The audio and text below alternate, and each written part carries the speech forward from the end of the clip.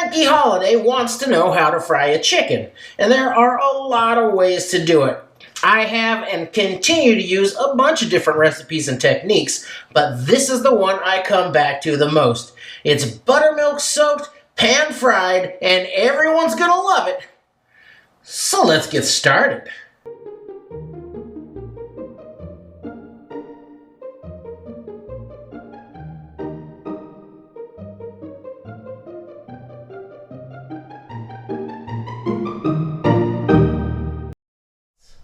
This is a really big chicken. Normally when I'm frying chicken, I like to keep them between 4 and 5 pounds. But the chickens that were available to me today were all really big, and this one is a good 6-pounder. So I'm actually going to cut these breasts into 2 pieces. They're still going to be a nice serving, and they're going to cook a little quicker. So I'll just pick a spot near the center, cut right down through there. I got the big chunky side and the kind of thinner side that's going to cook a little quicker. Now to get some flavor started in that chicken and keep it nice and moist while we're cooking it, we're gonna give it a nice long soak in a buttermilk marinade. And I'm gonna start with 3 cups of buttermilk. Now I'm going to put in a 1/2 cup of Louisiana hot sauce, and you can use whatever your favorite hot sauce is here, just nothing that's real sweet or sugary, something that's got a nice vinegar base and as much heat as you like.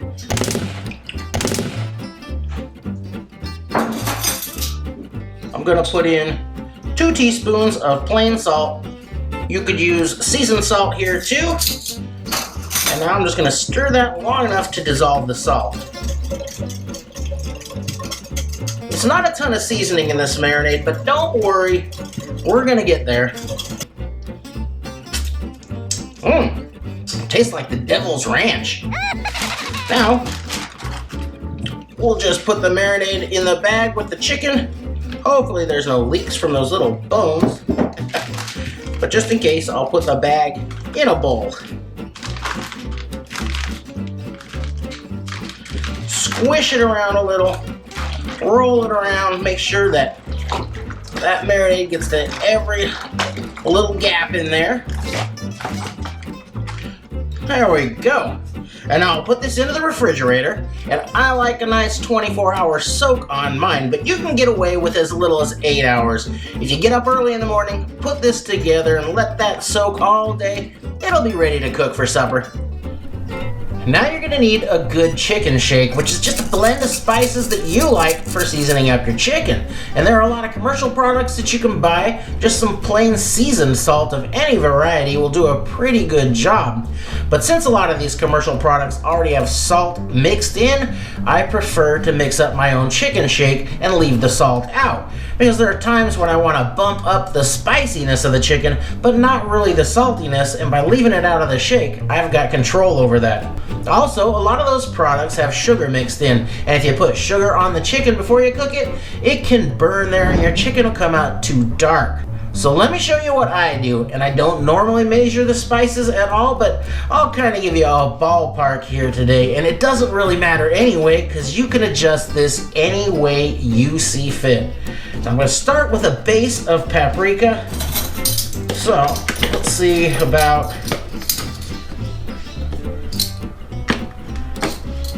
think about 2 tablespoons will be all right. And now I want a little bit of heat in there, so I'm going to put in some cayenne pepper. And this is all I've got left. That's about 1 tablespoon of cayenne. That's all I've got today, so that's all that's going in. Let me get a tablespoon of black pepper in there. All right. And now we're going to go with garlic powder. I think about 2 teaspoons looks right. And the same amount of onion powder.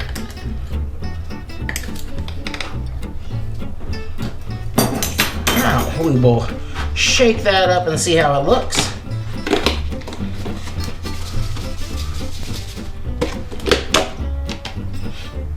Smells good, looks good, and that'll do.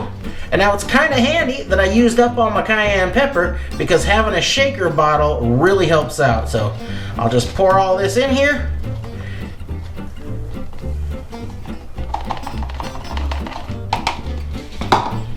And that is going to make it nice and easy to season up my chicken. Now, after that long soak, first thing I want to do is strain off all that marinade.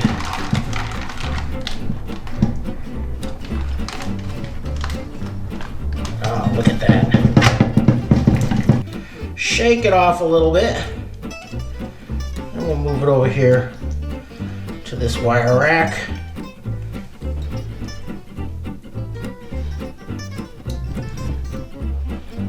And now it's time to season this up. I'm going to start with the salt. I'm going to be pretty generous with the salt. These are pretty good, thick pieces of meat and they can take it.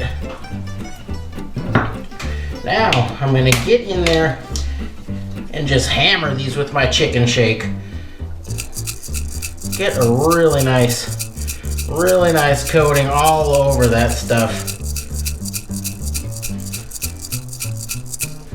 Now, since these thighs are mine, I'm going to hit those with a little bit of this Carolina Reaper powder. Because I like to eat some fire. Hold your breath now. Alright, now flip it over and do the same thing on the other side.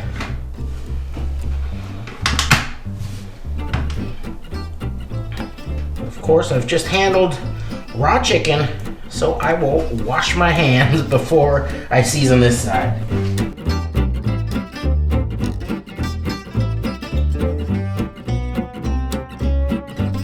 I just have plain flour that I like to dredge with for this recipe, and I'll just add a little pinch of salt, mix that around. I don't add any of the spices in here because they can kind of discolor, get a little black, and there's plenty of seasoning on the chicken.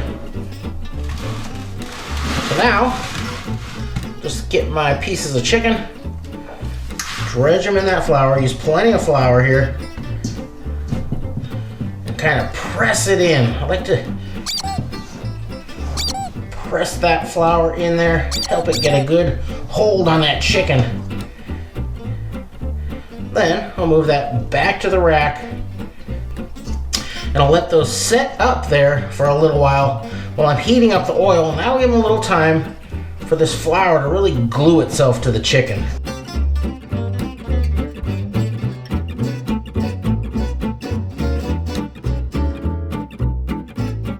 This is a great job for your big cast iron skillet. This thick metal really holds the heat and it spreads it around nice and evenly.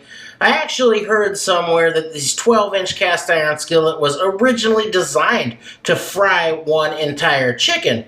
But these days the chickens have been bred to grow so huge and big-breasted that it is near impossible to find one that'll fit in here. This one is definitely going to be a 2-batcher today, but that's okay for me because I like my fried chicken cooled way down until it's just kind of over warm. So when the second batch is ready, the first batch will be just right for me.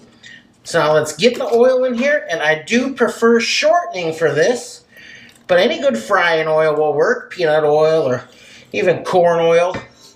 Canola oil, not so much. It's got a bit of a fishy kind of taste when you fry with it, but it'll do in a pinch. But shortening or lard are definitely my favorites. There you go. And it's going to take quite a bit of oil, because you want the oil to come up above the kind of halfway point of the thickness of that chicken, so when you flip it, it's getting both sides all the way fried up. Getting the oil to the right temperature before you put the chicken in is crucial when you do this, and I'm looking for 350 degrees Fahrenheit. If it's too cold when I put the chicken in, it's going to settle down on the bottom, it's probably going to stick, and then when I go to flip it over, it's going to leave the crust behind on the bottom. And of course, if it's too hot, the crust is going to burn before the chicken is cooked through. So one of these little handheld thermometers is really great for this, and a ton of other things in the kitchen. This is one of the most important tools that I have that I use almost every day. So if you don't have one of these guys, you might want to consider grabbing one.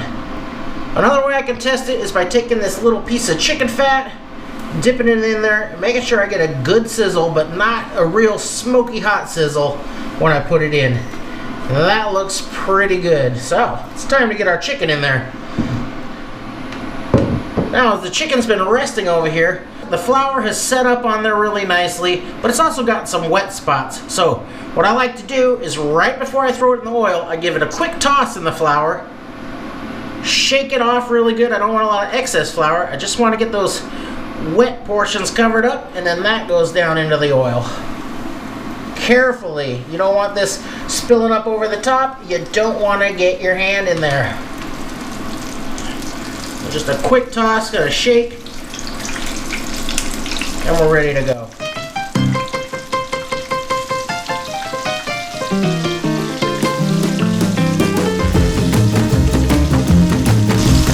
These breasts these days are so huge that this is gonna take the longest of all to cook.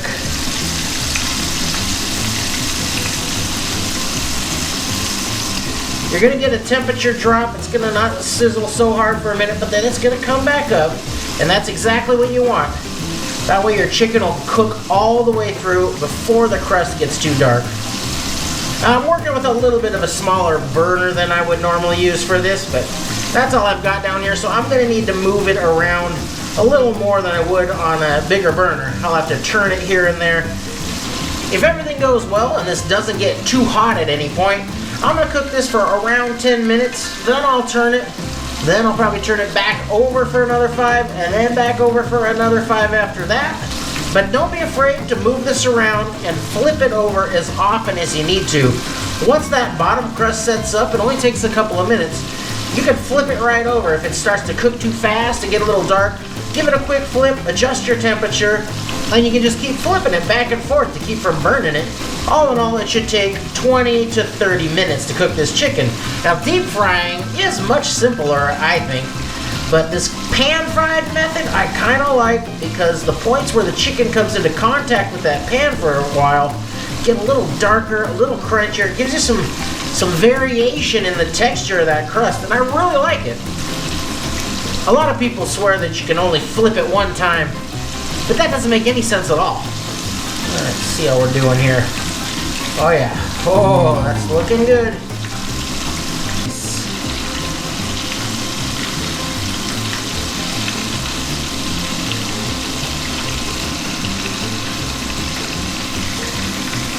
That won't take a little longer. That won't go over.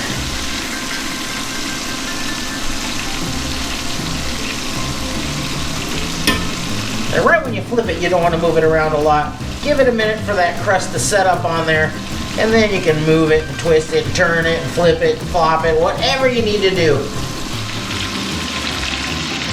It's been right about 20 minutes, and these thigh, and this drum are done. We're looking for internal temperature 160 on those. These big, heavy breasts are gonna take a little while longer.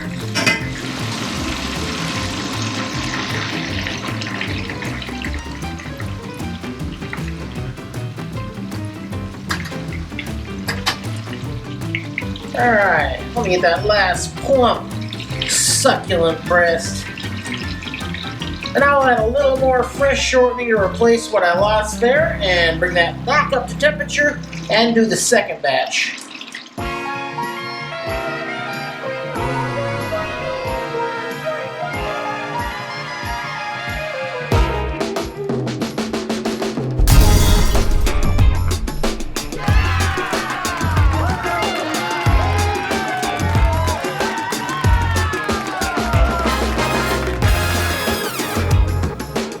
Now let's see how we did, and I couldn't be more excited because this is one of my favorite things.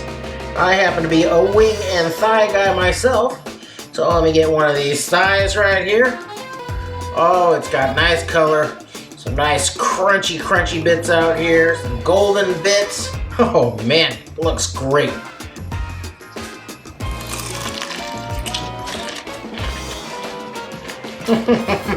Oh yeah. Oh my. Woo! Oh, there's that little Reaper cake. Nice. There's a reason that just about every culture around the world has their own version of a fried chicken. It's the same reason there are bunches of restaurants dedicated to the dish, and that it's one of my top 5 favorites of all time. It's just plain delicious. Oh man.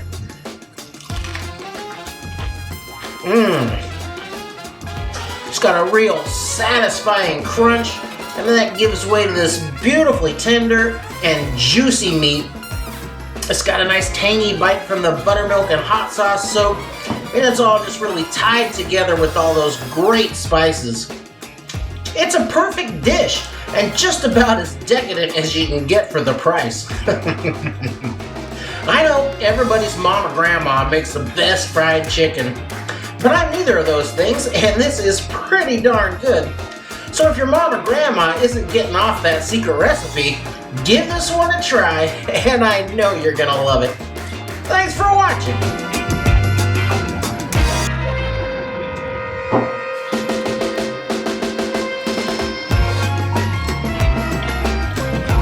Oh yeah.